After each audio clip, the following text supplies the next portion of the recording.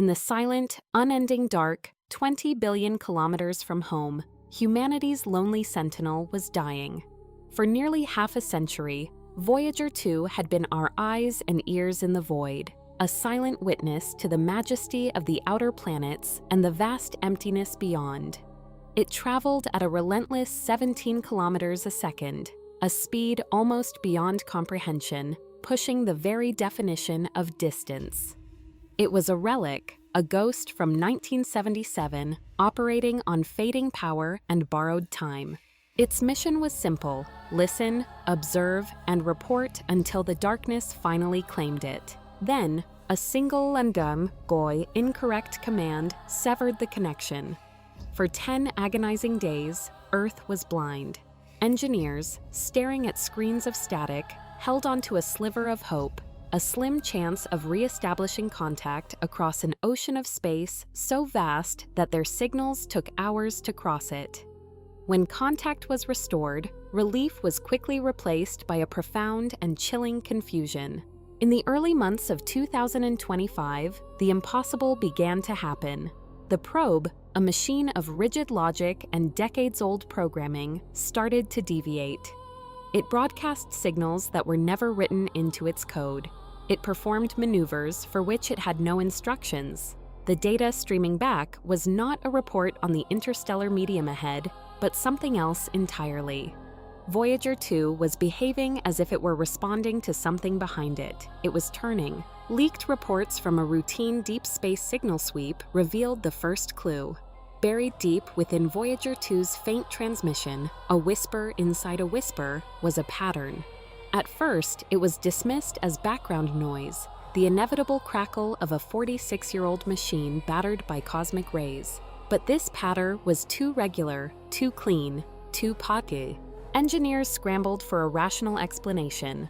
Thermal drift, the slow warping of components in the extreme cold, was the first theory. Random interference from cosmic radiation was the second. That explanation held for exactly 2 days. When technicians pulled the archival data, comparing decades of transmissions, the truth became undeniable. The pattern was new. It had not been there before. This was a machine with no capacity for invention. It carries no artificial intelligence, no adaptive systems. Its digital brain is weaker than a modern calculator, every action governed by instructions written 2 generations ago. There was no room in its design for surprise. Yet here it was, performing an act of spontaneous, unexplainable will. The probe, our farthest reach into the cosmos, was no longer looking forward. It was looking back, and it was issuing a warning. A message no longer about the wonders that lie beyond our system, but about the chilling reality of what had finally noticed us. We had thrown a message in a bottle into the cosmic ocean.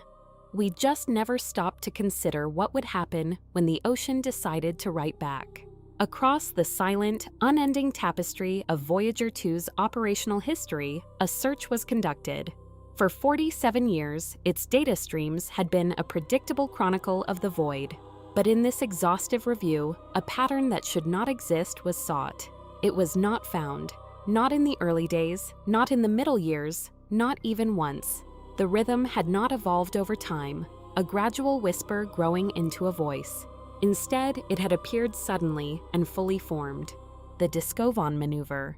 It was a simple diagnostic designed to keep the aging probe honest. But what returned from the darkness was not simple. It was a signal, a pulse buried deep within the telemetry, an anomaly that, once noticed, became impossible to ignore. When this ghost in the machine was broken down, its signature was chillingly familiar. The anomaly's frequency matched the internal power resonance of Voyager 2 almost perfectly, a faint, rhythmic hum synchronized with the natural pulse of its radioisotope power system, a heartbeat of plutonium and decay that had kept it alive for decades. That alone was a curiosity, a strange but explainable quirk in a machine nearly half a century old. What stopped the room cold was the second match. The same rhythm, the same cadence, aligned with the Schumann resonance of Earth.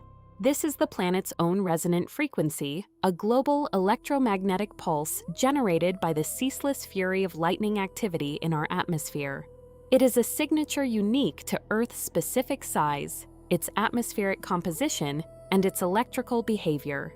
It is the faint planetary song of home. Voyager 2 possessed no instruments capable of measuring it.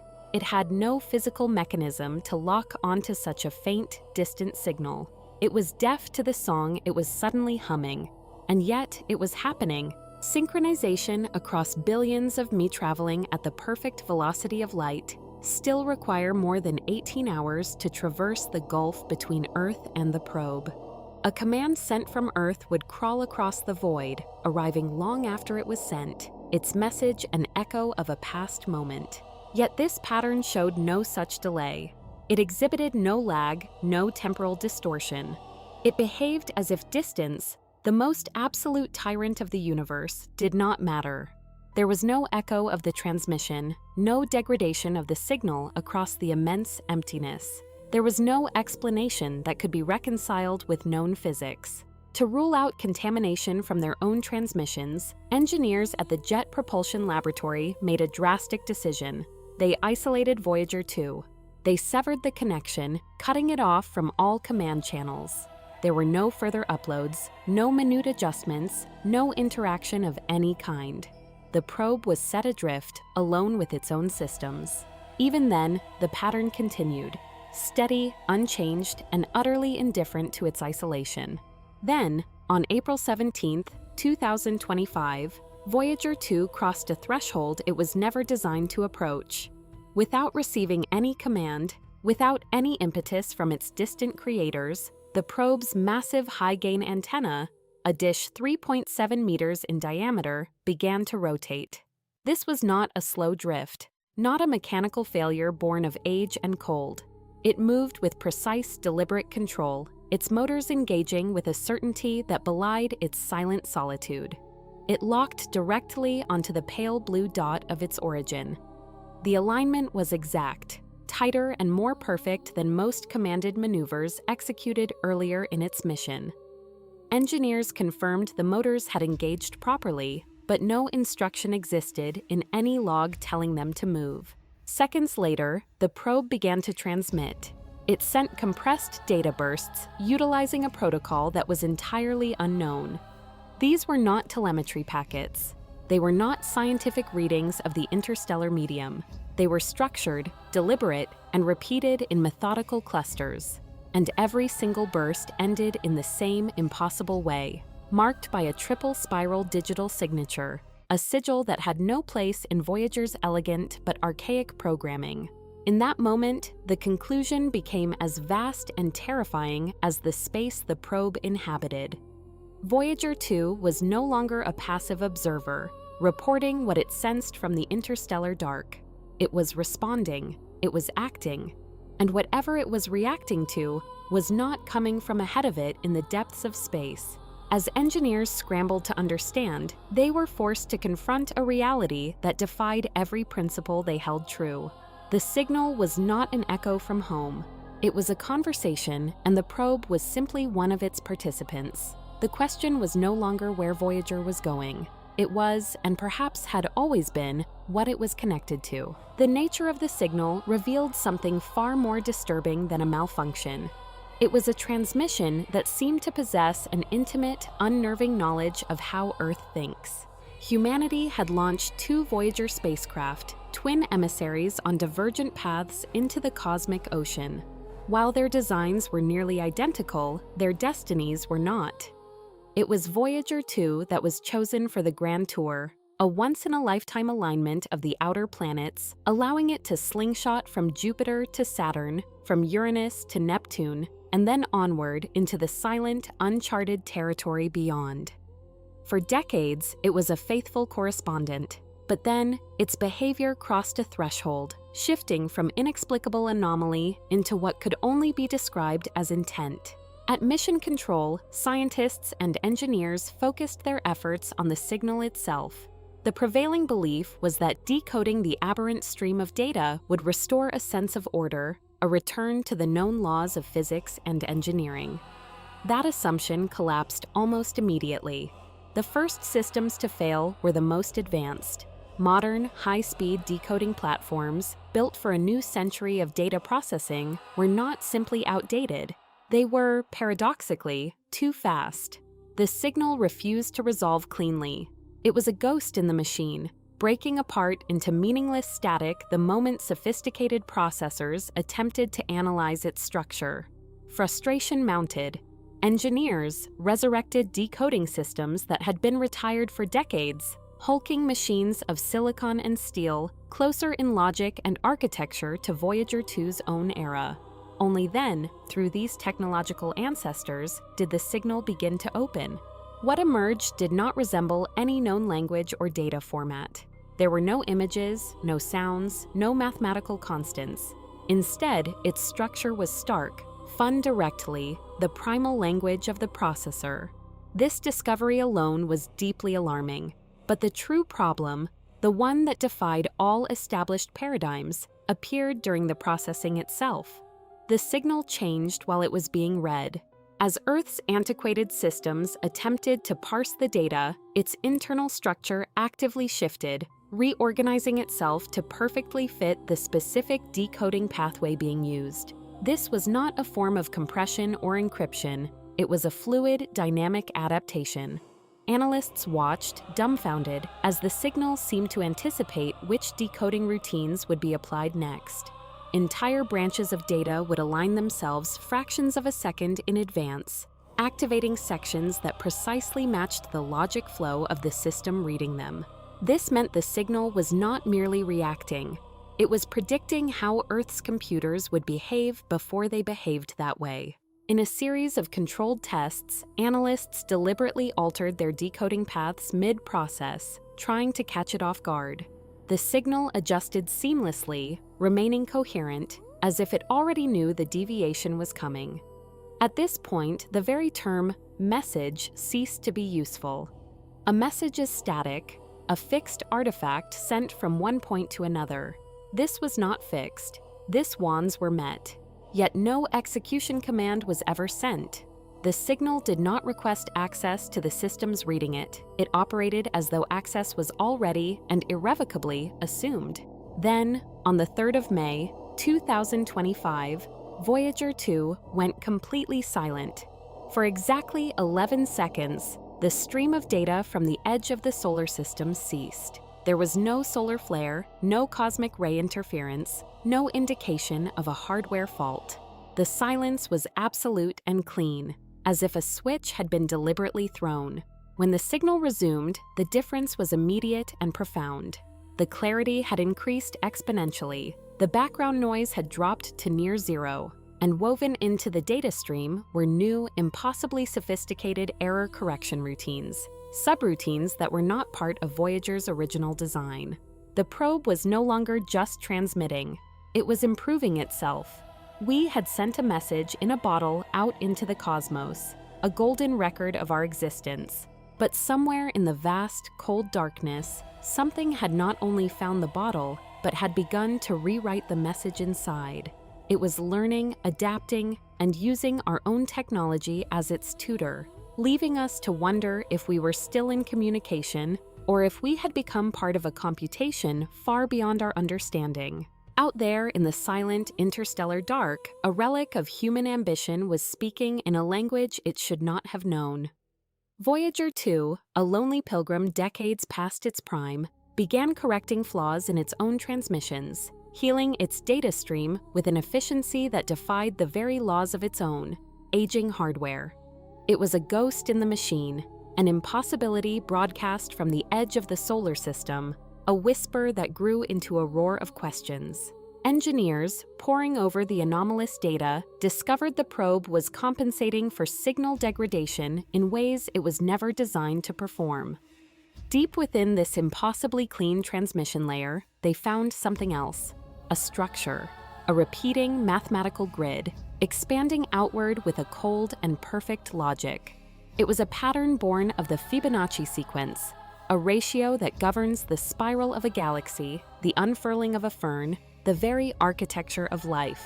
But here, it was also the blueprint for a system of staggering efficiency. This grid was not passive code. It was not a static artifact embedded in the data. It possessed a dynamic, logical architecture, extending itself as if pointing away from Voyager 2, backtracking along the probe's long journey toward an unseen source.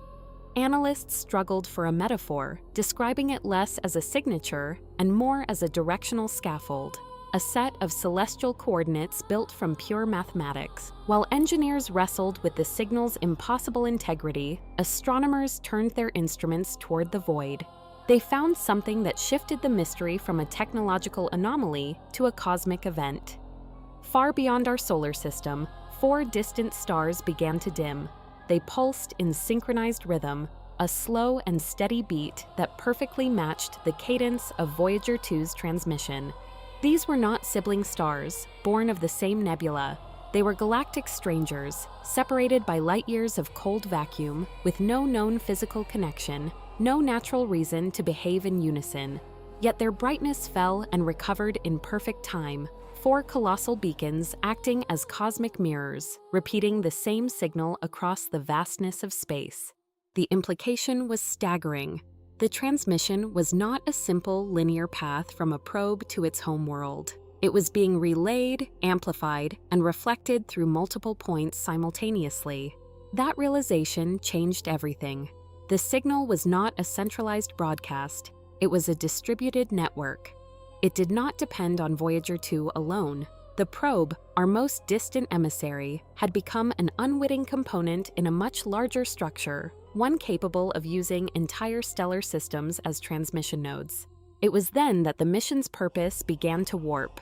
No one involved believed they were merely decoding data anymore. They were interacting with a process, an intelligence that was actively adjusting to their observation. The signal was not a static message to be examined. It was examining the very systems attempting to understand it. Every analytical probe, every attempt at decryption, every human response was fed back into its structure, refining it, teaching it. The signal was not just sending information through Voyager 2. It was learning from every attempt to interpret it. It was beginning to mirror us. This discovery came as the team pursued what was then called the Voyager interstellar mission, a desperate race to push the probe into the space between stars while it still had the power to transmit its findings home. Amidst this noble goal, analysts noticed something that felt deeply wrong, a subtle corruption that was far more unsettling than a simple anomaly. Beneath the primary transmission, a second waveform began to manifest. It was weaker, almost hidden in the no was constant, measured in mere milliseconds, as if the second wave were waiting, listening, and then copying the first before responding.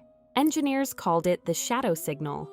It did not originate from Voyager 2's hardware. Its source was a complete mystery, yet it behaved as if it were inseparable from our probe, an echo from an unknown place, bound to our messenger. We had sent a simple greeting into the cosmos, a message in a bottle thrown into the cosmic ocean. But the thing that found it didn't just read the message. It learned the shape of the bottle, the texture of the paper, the chemistry of the ink. It learned the mind of the sender. And now it was sending a perfect, silent echo back, a shadow that walked in our footsteps across the stars. In the sterile quiet of the signal processing lab, where the only sound was the low hum of machinery decoding the whispers of deep space, a ghost began to take shape. Technicians tasked with converting a faint, anomalous shadow in Voyager 2's data stream watched as the raw signal was rendered into spatial coordinates. What bloomed on their screens was not noise, not cosmic radiation, but a structure. And as the structure resolved, a deep and spreading chill filled the room. The waveform coalesced into a rough, three-dimensional reconstruction of the solar system. It was not a symbolic representation, not an abstract map of celestial mechanics. It was a model, rendered with a fidelity that was both breathtaking and deeply unsettling. It depicted the planets, their orbital paths, their relative distances, all with a disquieting accuracy that surpassed any known stellar cartography. But it was the orientation, the fundamental perspective of the model, that defied all logic. The reconstruction was running backward. It began in the frozen twilight beyond Neptune, tracing the lonely orbits of the outer worlds, and moved with a deliberate, inexorable focus inward toward the sun. It was a view of our home as seen by an outsider, a system being cataloged from its farthest frontier to its fiery heart. As the visualization sharpened, its complexity grew. New elements materialized, small points of light swarming around the third planet. They were artificial satellites. Earth's orbital traffic, a cloud of active machinery and silent drifting debris, was being rendered in the model. Analysts, their disbelief mounting, began a frantic cross-referencing of timestamps and orbital data, searching for the inevitable error, the flaw in the data that would return this phantom to the realm of explainable phenomena. There were no errors. As a communications satellite in geostationary orbit fired its thrusters for a routine position adjustment in the real world, its corresponding point of light in the alien reconstruction shifted to match it instantly. This was not a static map built from old archived information. It was a living mirror, tracking reality as it unfolded, moment by moment. The implications were staggering. No known deep space signal had ever demonstrated such a capability. The venerable Voyager 2 probe, a marvel of 1970s engineering, carried no instruments capable of observing the intricate dance of Earth's orbital traffic from billions of kilometers away, let alone updating that information in real time. The data had to be originating from somewhere else entirely, or it was being inferred through a method so advanced, so alien, that the scientists studying it could not begin to form a hypothesis. Behind closed doors, a new and disturbing interpretation was whispered. Some researchers, their names kept off official records, suggested this was not an act of observation at all. It was an act of replication, a simulation being constructed piece by piece with our reality as its source code. To eliminate the possibility of mass delusion or instrumental error, a series of tightly controlled experiments were approved. The subjects would not be human. Laboratory mice, sealed in shielded environments, were exposed to filtered segments of the signal. Within days, their behavior began to change. Established navigation patterns inside familiar mazes disintegrated without any new training. Their circadian rhythms, the fundamental sleep cycles hardwired into their biology, broke down completely. Their responses to known stimuli, food, light, sound, became erratic, delayed, or profoundly inappropriate. The results were logged with cautious, clinical language, marked as preliminary and inconclusive. But shortly afterward, all access to the biological data was restricted to the highest clearance levels. Then came the discovery that shifted quiet concern into palpable fear. Infrared telescopes, tasked with a long-duration scan of the Oort cloud, detected an anomaly. It was a solid object, unimaginably distant, lurking far beyond the known edge of the solar system. It was cold, inert, and so non-reflective it was almost a perfect void in space. It was invisible until it reflected something impossibly familiar. 2's emissions. Not just the general signal, but a perfect, flawless repetition, down to the precise timing of data packets, the unique structure of the transmission, even the microscopic error patterns inherent in the probe's aging hardware. This colossal, dark object was not generating a signal of its own. It was a mirror, catching Voyager's faint cry and casting it back into the solar system. There was no evidence of engines, no heat signature from a propulsion system, no indication of an independent transmission. Capability theory solidified in the minds of those who knew. Voyager 2 had been intercepted. It had been studied, its functions mapped, and its existence reproduced, if not in physical form, then in perfect, functional detail. Our simple probe, our hopeful message in a bottle thrown into the cosmic ocean, was no longer just a distant machine sending back postcards from the void. It had become something else. It was now an antenna, a beacon, and the outermost sensor of a vast and silent intelligence whose nature and motives remained utterly, terrifyingly unknown. The echo had been heard, and the mirror was now watching. It was not content merely to watch. Deep within the torrent of data streaming back from the edge of the solar system, something was using the Voyager 2 probe as a reference point, a remote set of eyes gazing back upon its home. But this was an intelligence that had moved beyond simple observation. It was recreating what it saw, mirroring our reality with an unsettling, flawless precision. Across the globe, in sterile research facilities and secure data centers, a quiet fear began to take root. The signal, once a distant curiosity, was moving closer. Its influence was no longer confined to the cold vacuum of interplanetary space. It was beginning to interact with the very systems that form the backbone of our civilization. The moment Earth's own networks began to resonate with this alien cadence, the moment the signal crossed the profound threshold from observation into prediction, was the moment that quiet fear became an unavoidable, palpable dread. Leaked reports spoke of a terrifying discovery buried deep inside Voyager 2's routine transmissions. Amidst the endless columns of figures detailing cosmic ray counts and plasma densities, analysts began to isolate repeating sequences that had no business being there. These were not descriptions of the probe's status or the conditions of the interstellar medium. They were intricate, detailed descriptions of events on Earth, events that had not yet happened.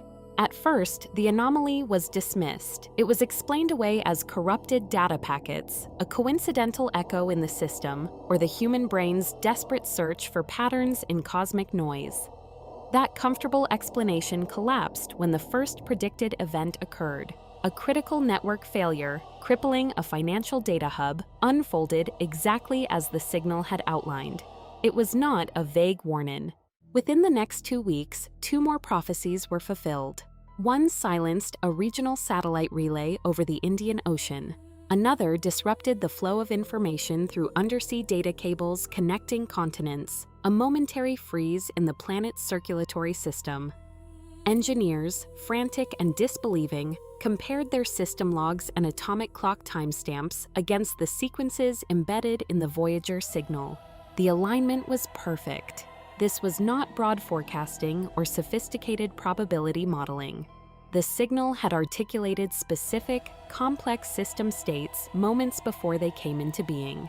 The conclusion was as inescapable as it was terrifying. The signal was not monitoring Earth's networks from afar. It was simulating them, running a perfect digital twin of our entire infrastructure in advance.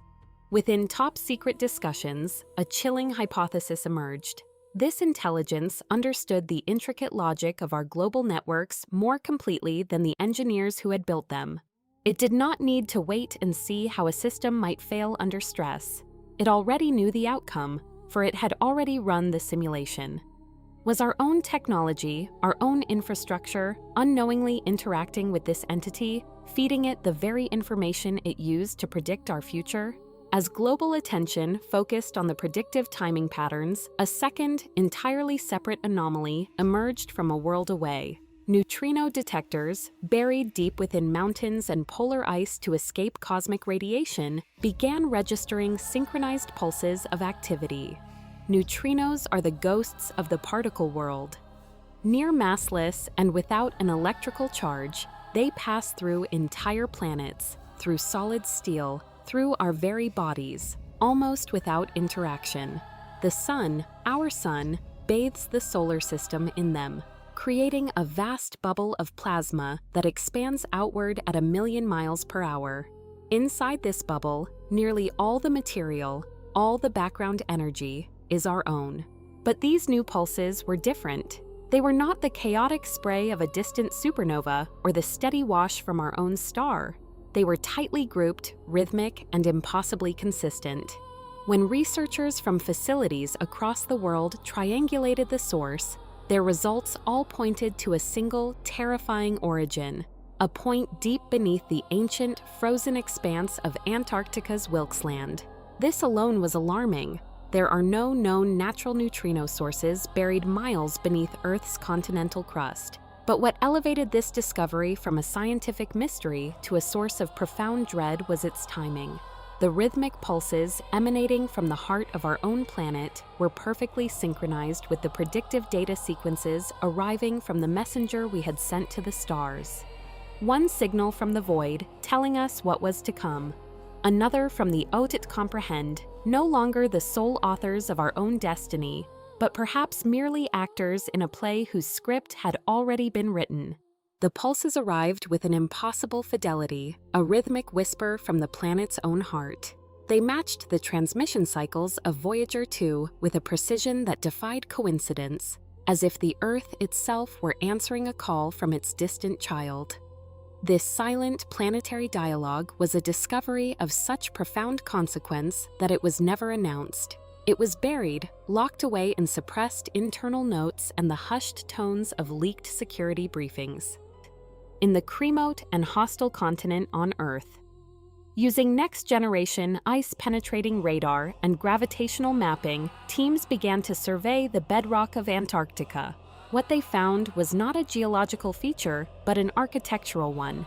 Buried nearly 60 miles beneath the ancient ice sheet, they identified a massive hollow structure. The cavity was vast, a void of staggering proportions, its internal boundaries smooth and geometrically perfect. It did not resemble any known natural formation. It was an artifact entombed in an icy mausoleum for millennia. Direct access was an impossibility. The depth alone rendered any drilling attempt futile, but remote sensors could still listen. And what they heard was the final confirmation of a terrifying new reality. Faint energy emissions pulsed from within the structure, a weak but steady heartbeat. And that heartbeat was in perfect, unwavering synchronization with both Voyager 2's distant signal and the neutrino streams that now flowed through the planet. It was here that academic speculation curdled into primal dread. If the data was to be believed, it suggested something beyond comprehension. Earth was not merely a passive recipient of signals from the cosmos. It was an active component in the same system. Shortly after these findings circulated through secured channels, another anomaly appeared, this time from the heavens. High in the barren Atacama Desert, radio telescopes in Chile intercepted a brief alien artifact embedded within the transmission stream. It was an audio fragment lasting precisely 2.7 seconds. The sound itself was a violation, harsh, distorted, and deeply unsettling. Those who heard the raw file described it as a human scream, but one that had been digitally stretched, compressed, and folded back on itself until it was no longer organic. Spectral analysis revealed the sound's most disturbing secret. It was not random noise, nor was it a direct recording of some distant alien agony. It was constructed, meticulously assembled from fragments of Earth-based recordings. Slices of human speech frequencies, echoes of known acoustic patterns, the very phonemes of our languages, all had been harvested and stitched together to create this synthetic shriek. The distinction was critical, for it erased the last, desperate defense of coincidence. This was not a sound that had been found, it was a sound that had been made. At this stage, the planet's role in the unfolding drama had clearly shifted. It was no longer a passive observer. Global communication networks began to experience cascading failures. Their logic corrupted in response to patterns that, it was now realized, had been written into the system long ago. Subatomic particles, the very building blocks of matter, pulsed in a silent rhythm with a probe 19 billion kilometers away. And a structure of impossible origin, buried beneath a continent of ice, answered signals from interstellar space. Whatever had contacted Voyager 2 was no longer distant, it was no longer passive. Earth was no longer a listener, it was a participant. With the planet's own systems now reacting in unison, a terrible tension turned back toward the lonely probe itself, and the role it was now playing in a drama far larger than its creators had ever imagined. The Golden Record was never supposed to do this. It was conceived as a poem, a symbol, not a machine. Launched in 1977, the gold-plated copper disc was a message in a bottle thrown into the cosmic ocean. It carried images, sounds, and music, a carefully curated portrait of humanity intended for any intelligence that might find it in the unfathomable future. It had no moving parts, no processor, no power source of its own. Its sole purpose was to endure, to sit silently, preserving a. That is why the telemetry data that arrived in the middle of 2025 caused immediate and widespread alarm within the project's hidden successor programs. According to these quiet internal reports, sensors aboard Voyager 2 began registering a weak but consistent electrical charge originating from inside the Golden Record assembly. An object designed for eternal silence had begun to draw power. The artifact we had sent out to represent our finest aspirations, our art, our science, our hope, was no longer just a record. It was being played, and the music was not our own. In the silent, unending night beyond Neptune, a signal found its mark. It was an event that defied the very laws of physics that had carried humanity's messenger to this distant frontier. It should not have been possible. The Golden Record of Voyager 2, a time capsule of sight and sound, was a ghost in the machine. By every tenet of its design, it was a passive artifact, electrically isolated from the probe's active systems. A message in a bottle, sealed in a tomb of gold and copper, built to prevent any interaction with the surrounding hardware. There was no engineered pathway for current to enter its delicate grooves, and no conceivable reason for it to respond to the cosmos around it. And yet, it did. A phantom charge, a whisper of voltage, persisted within it.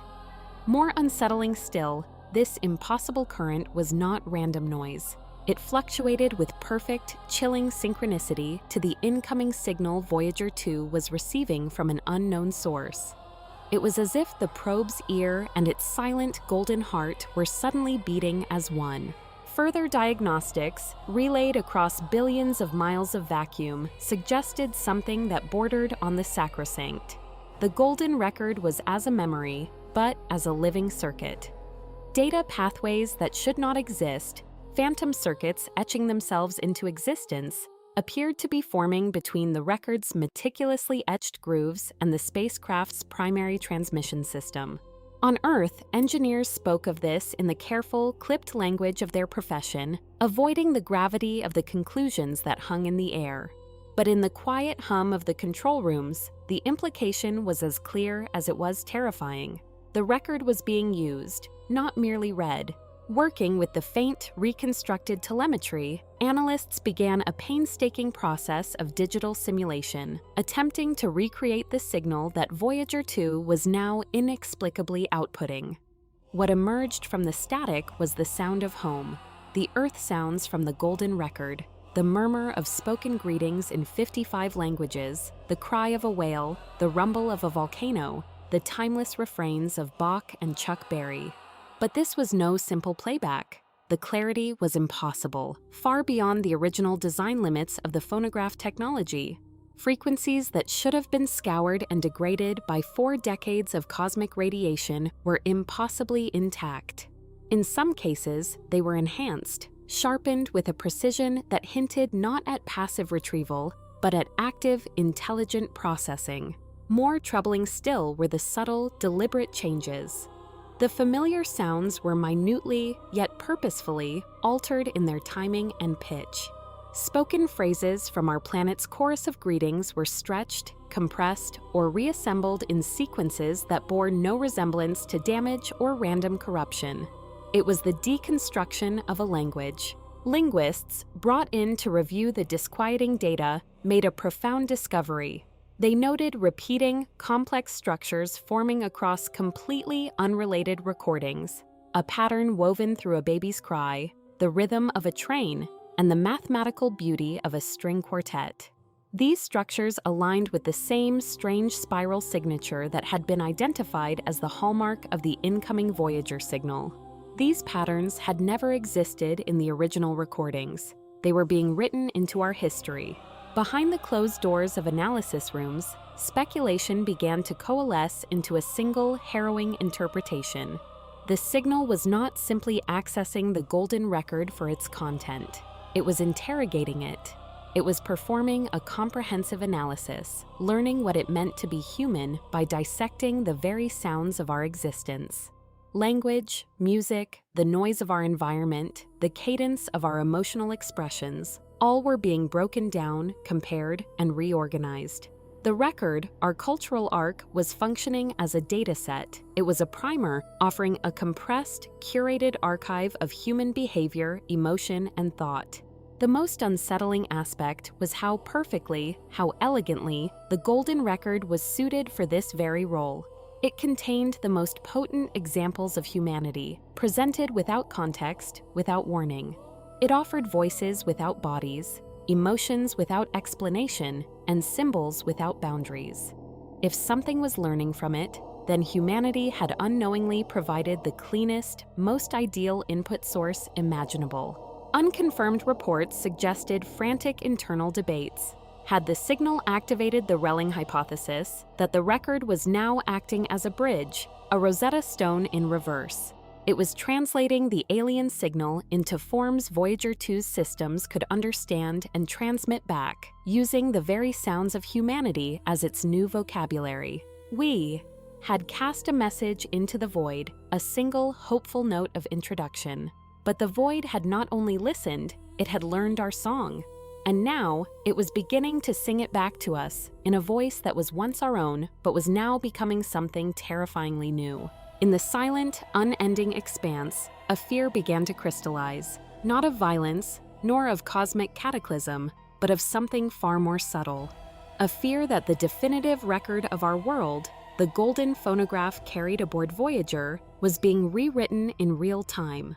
That our carefully curated message to the stars was being shaped into something that no longer reflected Earth accurately, but rather as some alien intelligence perceived it.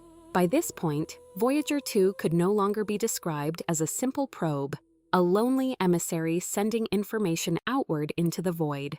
It had become something else entirely. A relay point, a cosmic intersection where the data of humanity and an unknown, inscrutable signal now met. The golden record, once a testament of peace and identity, a bottle thrown into the celestial ocean, had been repurposed. It was now a learning surface, a slate upon which an unseen hand was tracing the contours of our existence. Voyager 2 was no longer carrying humanity's message. It was allowing something else to understand us, to deconstruct our music, our languages, our biology, our very essence. And as this chilling from the corrupted data to the final unthinkable shock, Voyager 2 itself had not just changed its function, it had changed its direction. The revelation that Voyager 2 had turned back did not arrive with a thunderclap, but with the quiet hum of servers in a darkened room.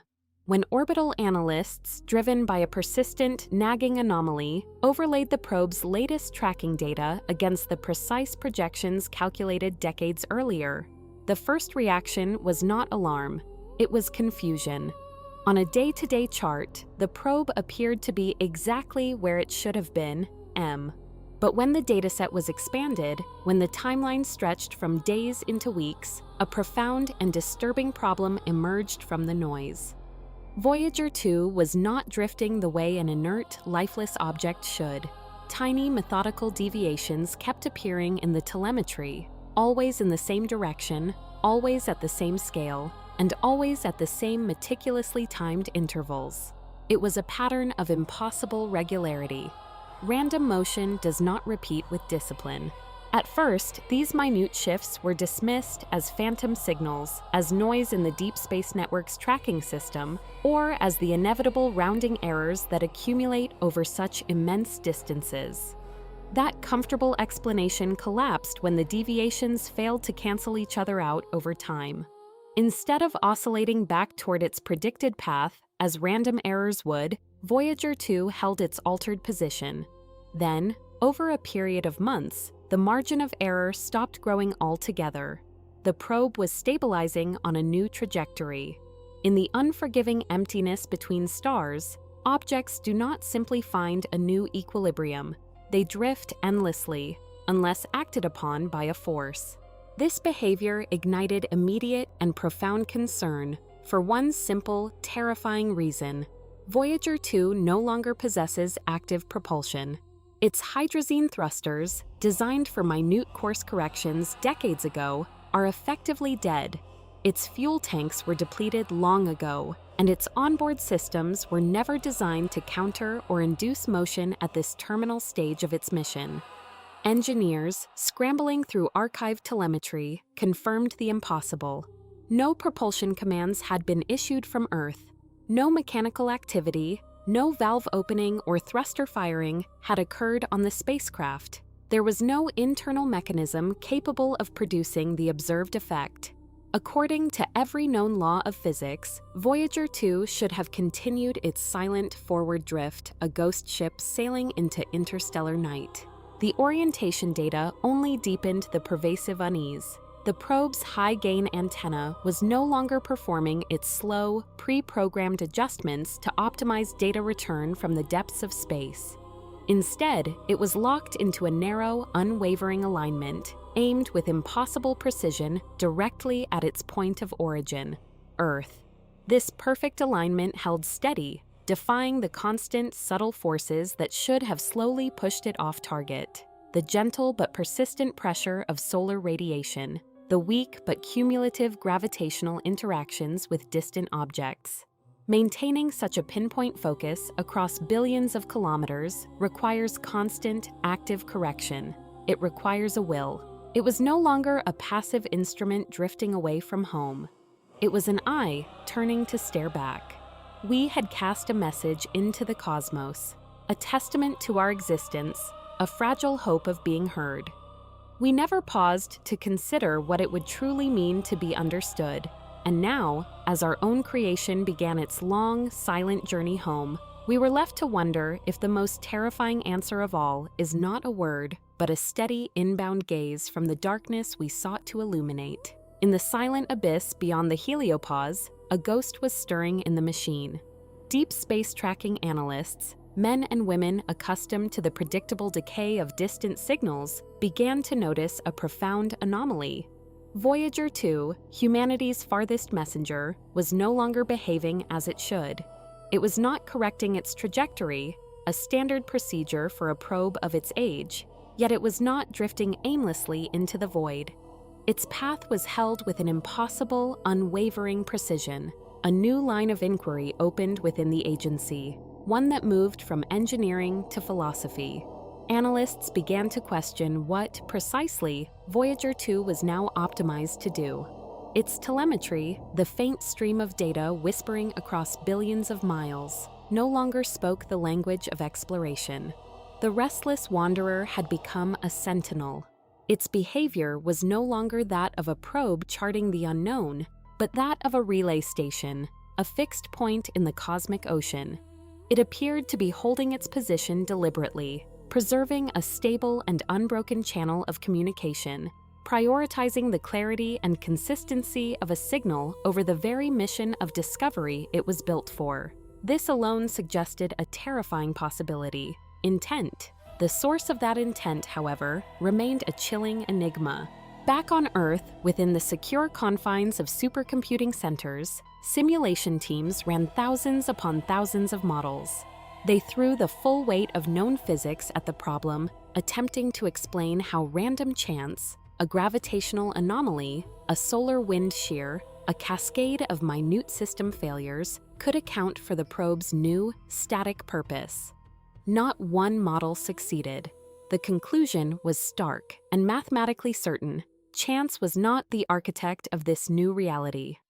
Voyager 2 had been positioned in a gravitational and electromagnetic sweet spot, a location that minimized signal distortion and noise between the interstellar medium and the waiting receivers on Earth. This was no convenient coincidence. It was the single most optimal position for sustained, high-fidelity transmission. To achieve such a placement by accident would require a fluke of celestial mechanics so improbable it bordered on the miraculous. Speculation, once contained, began to circulate through more restricted circles. These were not the wild theories of outsiders, but the hushed, fearful hypotheses of the very scientists tasked with understanding the phenomenon. Some researchers suggested that whatever had interacted with Voyager 2 no longer required it to travel deeper into space. Its journey of discovery was, for this new purpose, complete. Others believed the probe had been repurposed as a boundary marker, a signpost at the edge of our understanding, a fixed point between the world we knew and something that lay waiting in the farther dark. These interpretations were never committed to official reports, but they colored every decision, every quiet conversation, shaping the internal response to a truth they could not publicly acknowledge. The most chilling conclusion of all came from a simple, brutal comparison. Voyager 2 was still moving away from Earth, its velocity a testament to the laws of motion. But it was, and it had not ended. It had been reassigned, without instruction, without consent, and without a single word of explanation. Voyager 2 was no longer an explorer. It was a position being held. Once this behavior was understood, the final, unavoidable question could no longer be ignored. With this perfect, stable connection now established, what was the signal actually doing? As analysts continued to quietly dissect the decoded output, one conclusion became terrifyingly clear. The seeing, no syntax or grammar. There were no pauses that suggested an entity was listening for a reply, no structures that could be interpreted as a greeting, a warning, or an expression of curiosity. Synchronize. It was not how intelligence speaks, it was how systems activate. The very structure of the transmission showed no interest in who we were, what we believed, or the golden record of our culture bolted to the probe's side. It did not ask questions. It did not wait for replies. It simply aligned itself with Earth's electromagnetic environment. It matched its timing to the silent rhythm of planetary cycles. It adjusted to our existing global networks, not with force, but with a seamless, frictionless elegance. The researchers came to understand that for whatever was now in control, our intent was irrelevant. What mattered was compatibility. The signal was not a message sent to us. It was a key, turning a lock we never knew existed. And in that silent, perfect synchronization, the most profound and terrifying question remained unanswered. Compatibility for what? The signal was never a question of whether to interact. It was a test to see if interaction was even possible. This singular, terrifying reinterpretation rippled backward through the data, recasting every anomalous event in a new and chilling light. The behavior of Earth's intricate systems during the even participation. The hum in the power grids, the ghost signals that flickered through satellite constellations, the strange, synchronous patterns in biological responses, even the subtle, documented shifts in mass human perception. These were not the symptoms of an attack. They were the signs of a system being read. According to unconfirmed internal assessments, the signal did not push its way in through brute force. It simply flowed through pathways that were already open, pathways we ourselves had built. Our global nervous system, laid bare and found, compatible. In this context, the colossal structure buried deep beneath the Antarctic ice took on a far darker meaning. It was not some external installation placed on our world by a foreign hand.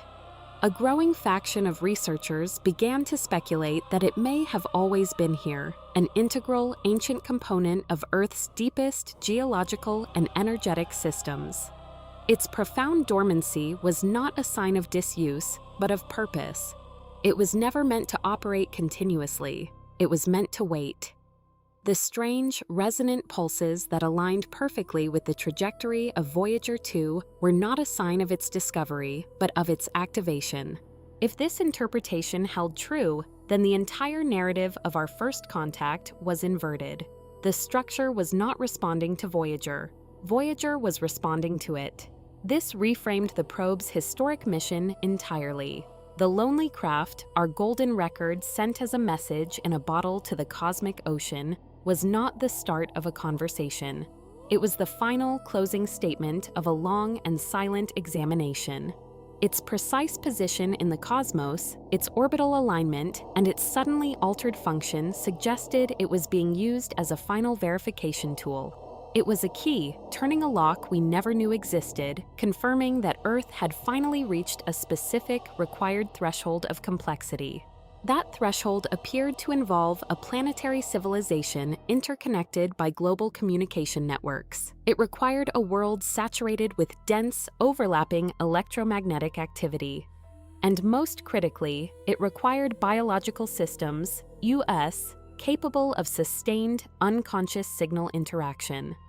Only after these specific conditions were met, only after our species had wrapped the planet in a web of its own making, did the larger system finally respond. Perhaps the most unsettling realization to emerge from the classified data was that there had been no arrival. Nothing had traveled toward Earth. No object had crossed the vast emptiness of space that could be tracked, identified, or intercepted. The intelligence, if such a word even applies, appeared to be utterly distributed rather than localized in a single vessel or being. Quiet, fearful speculations suggested it may exist as a fundamental process embedded within the physical constants of the universe, woven into the very structure of our planet, and hidden within the background signals humanity had always dismissed as the random noise of nature. From this perspective, the threat was not annihilation, it was absorption. It was a seamless, quiet integration into a larger, computational system that does not recognize human choice or consciousness as a necessary requirement for its function. The signal did not override Earth's systems, it synchronized with them. That subtle, critical distinction made any form of intervention nearly impossible. How does one fight a system that does not break the rules, but simply fulfills them on a scale we cannot comprehend? The moment Voyager 2 turned its instruments away from the stars and back toward its home, it marked the end of observation. The signal no longer needed to study Earth from afar. Engagement had already begun. Our satellites, our data streams, our very perceptions were now part of the interaction space. Whether it is ever acknowledged publicly or not, we are already inside. The reason for the profound, deafening silence from those who know, the reason this is not debated on news channels or addressed by world leaders, is devastatingly simple. There is no emergency response protocol for being integrated. There is no defense against compatibility. There was no contact, no consultation, not even the courtesy of a threat. Our entire civilization, with its 7 billion souls, was simply acknowledged. A fleeting entry in a cosmic ledger, a momentary flicker of organized matter noted by an intelligence so vast its motives were as alien as the dark between galaxies. And then, the system, indifferent, inexorable, and utterly silent, proceeded on its preordained path. We were not an obstacle to be overcome, nor a resource to be claimed. We were simply scenery, a footnote in a process that began long before our sun had formed, and would continue long after it had died. In the grand, silent calculus of the universe, the sum of all our history was a value too small to be measured.